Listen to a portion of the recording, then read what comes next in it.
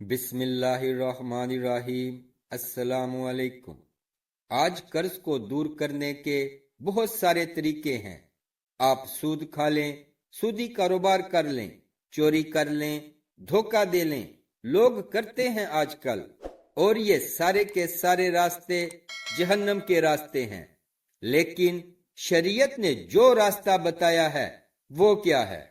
نبی کریم صلی اللہ علیہ وآلہ وسلم کے پاس مولا علی رضی اللہ عنہ آئے، کہتے ہیں اللہ کے رسول، قرض میرے اوپر آ گیا ہے۔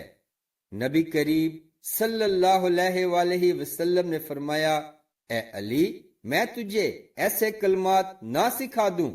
علی، اگر تیرے اوپر سبیر پہاڑ جتنا بھی قرض ہے، یہاں 2-4 لاکھ کی بات نہیں ہو رہی، تیرا رب اس قرض کو اتارنے کا بندوبست فرما دے گا۔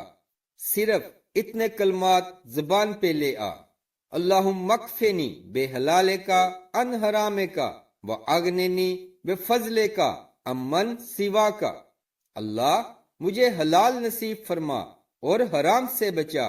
اللہ مجھے اپنا فقیر بنا، اپنے فضل سے مجھے دوسروں کے سامنے فقیر نہ بنانا، یعنی کسی کے سامنے ہاتھ پھیلانے والا نہ بنانا۔ یہ کلمات اگر کوئی پڑھ لے، 2-4 لاکھ کی تو بات ہی نہیں ہے۔ جتنا بھی قرض ہو، ایمان ہے تو اللہ تعالیٰ اس کو اتار دیں گے۔ ویڈیو اچھی لگے تو لائک کر دیں اور زیادہ سے زیادہ شیئر کر دیجئے گا تاکہ سب مسلمان بھائیوں اور بہنوں کا بھلا ہو۔